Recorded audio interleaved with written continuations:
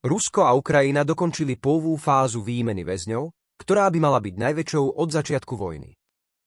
V piatok bolo prepustených takmer 800 ľudí. Výmena sa začala v piatok a bude pokračovať v sobotu a nedeľu. Kyjev a Moskva si očakávajú výmenu 2000 ľudí, 1000 z každej strany.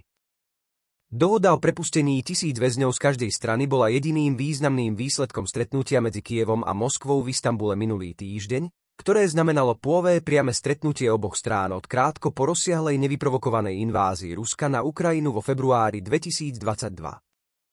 Vraciame našich ľudí domov, povedal ukrajinský prezident Volodymyr Zelenský v relácii X a dodal, že v piatok sa na Ukrajinu vrátilo 390 ľudí.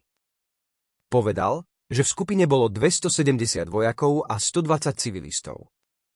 Ukrajinské koordinačné centrum pre zaobchádzanie s vojnovými zajacami uviedlo, že medzi prepustenými v piatok boli 3 ženy a 387 mužov. Ruské ministerstvo obrany vo vyhlásení uviedlo, že do Ruska bolo vrátených 270 ruských vojakov a 120 civilistov. Uviedlo, že civilistov zajali ukrajinské jednotky v Kursku, ruskom regióne, do ktorého Ukrajina minulé leto uskutočnila prekvapivú inváziu. Rusko odvtedy získalo späť väčšinu územia. Zelenský však neskôr povedal, že ruskí civilisti vrátení Ukrajinou boli ruskí sabotéri a kolaboranti, ktorí zatkli ukrajinskí príslušníci orgánov činných v trestnom konaní. Rovnako ako pri predchádzajúcich výmenách, prepustení väzni boli po prepustení Ruskom na ukrajinských hraniciach privezení na miesto stretnutia v niekoľkých autobusoch. Mnohým z nich boli na hraniciach dané ukrajinské vlajky a náramky v ukrajinských farbách. Fotografie a videá zverejnené ukrajinskou vládou ukazujú desiatky mužov vo vojenských uniformách, väčšina z nich s oholenými hlavami, ako pózujú zabalení vo vlajkách. Niektorých z prepustených mužov bolo možné vidieť, ako sa telefonicky rozprávajú so svojimi blízkymi, niektorí sa rozplakali, keď počuli hlasy na druhej strane. Jedno video ukazovalo ľudí z dedín pozdĺž trasy konvoja, ako vychádzajú s vlajkami a vítajú navrátilcov. Zároveň boli ruskí vojaci, ktorých zajala Ukrajina, odovzdaní ruským úradom na hraniciach. Na ukrajinskej strane čakali desiatky ľudí celé hodiny, aby privítali navrátilcov na mieste stretnutia v Černihivskej oblasti na severe Ukrajiny, pričom mnohí dúfali, že medzi vracajúcimi sa uvidia aj členov svojich rodín. Mnohí priniesli ukrajinské vlajky a fotografie svojich blízkych, pre prípad, že by ich niektorý z navrátilcov spoznal a poskytol im informácie o ich mieste pobytu.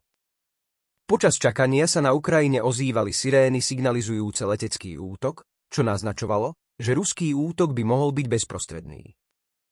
Tisíce ukrajinských civilistov boli ruskými úradmi zajaté na okupovanej Ukrajine a deportované do Ruska, kde boli dôžaní bez obvinenia alebo súdu. Ich postavenie je komplikované. Keďže boli zadržiavaní nezákonne, Ukrajina ich považuje za civilných rukojemníkov. Rusko v niektorých prípadoch tvrdilo, že by mali byť uznaní za vojnových zajacov, čo Kyjev zdráhal urobiť, pretože by to mohlo vystaviť civilistov žijúcich v okupovaných oblastiach Ukrajiny riziku svojvoľného zadržiavania. Dohoda dosiahnutá na stretnutí v Istanbule. Rovnako ako pri predchádzajúcich výmenách, od ukrajinských a ruských úradov sa neočakávalo, že verejne vyhlásia, že sa stretnutie uskutoční, kým nebude ukončené. Americký prezident Donald Trump však v piatok túto dohodu porušil a oznámil výmenu na sociálnych sieťach v priebehu jej priebehu. Istanbulské stretnutie pôvodne navrhol ruský prezident Vladimír Putin v reakcii na ultimátum o prímerí alebo sankciách, ktoré Moskve dali európski spojenci Kyjeva, čo mnohí považovali za jasný pokus kremelského lídra o rozptýlenie a zdôžanie.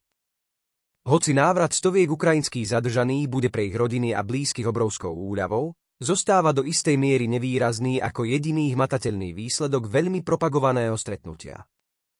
Zelenský vo svojom dennom prejave povedal, že piatková výmena väzňov bola jediným významným výsledkom stretnutia z minulého týždňa v Turecku a dodal, že Rusko blokuje všetko ostatné. Výmeny väzňov prebiehajú pravidelne, naposledy začiatkom tohto mesiaca.